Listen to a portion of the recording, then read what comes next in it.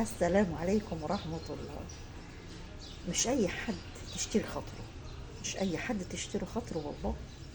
في يوم من الأيام كان جوزي موظف بس في مصلحة خدمية أو مؤسسة خدمية. فكانت في ناس كتير هتيجي تطلب مني إن أتوسط لها، أقسم بالله زي ما بقول لكم. فكل يوم كنت أعمل معاه مصيبة، كل يوم أعمل معاه مصيبة وأقف على راسه. إلا تقضي مصلحة فلان، إلا تقضي مصلحة فلانة، لا أنت ما عملتش كذا، أنت وأصحي ولازم. فنتيجة لكده كنت بتخانق كتير في البيت واتعصب كتير عشان يقضي مصالح الناس اللي هي قصدتني فيها دي.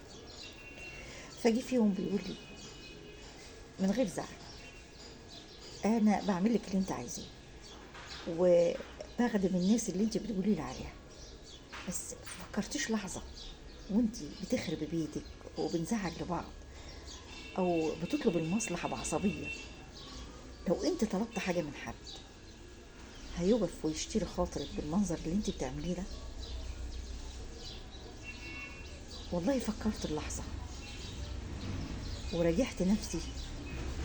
فعلا انا طلبت كتير من الناس، ما هو الدنيا خد وهات. إيه اللي تقول لي جوزي تعبان، واللي تقول لي اخويا مش عارفه ورا ايه، واللي تقول لي ابني هكذا ومعلش النهارده مش قادره، لا انا مش عارفه ايه بكره.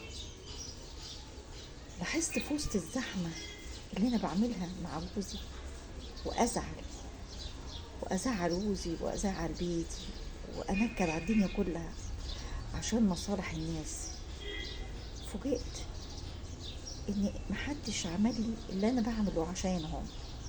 بتكلم والله العظيم صدق حق، محدش عمل اللي انا عملته مع جوزي وخربت الدنيا عشان اقضي مصالح كام شخص بسطني وحلفني والكلام انتوا طبعا عارفين.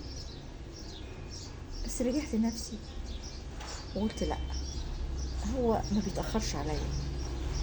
وساعات كتير كان يحب مثلا يأجل، اقول له لا لازم تنزل عشان فلان وعلان، معلش عشان ده تعبان، عشان دي تعبانه.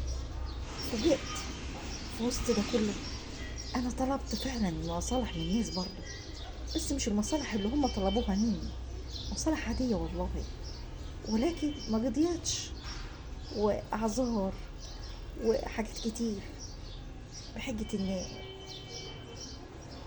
مشغولين والكلام الفاضي ده.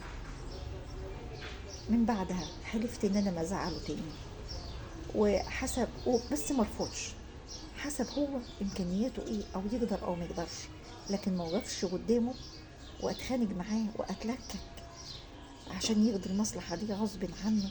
ساعات كنت بجبر وينزل هو تعبان عشان برضه يرضيني حاضر. لا، حسيت ان انا جيت عليه كتير، وان واللي عملته كانش يستاهل ده كله، لاني انا برضه اتعمل فيا مش زي ما انا عملت فيهم. انا عملت كتير كويس، بس للاسف ما فكرتش اتعمل فيا ايه، ما فكرتش، لكن فكرت ان انا على قد ما اقدر اخدم الناس. بس للاسف اتقابلت غير ما عملت، ومن ساعتها زي ما قلت لكم لا ما كنتش بجبره. قادر يعمل المصلحة دي خير، مش قادر خلاص. زي بالظبط ما كانوا بيعاملوني فقت. وده مش عيب ولا غلط، ما تخربيش بيتك عشان خاطر حد، ما تقفيش لجوزك وتنطحي فيه عشان خاطر حد هو فاهم اكتر منك، او ساعات كتير بيفهم اكتر منك.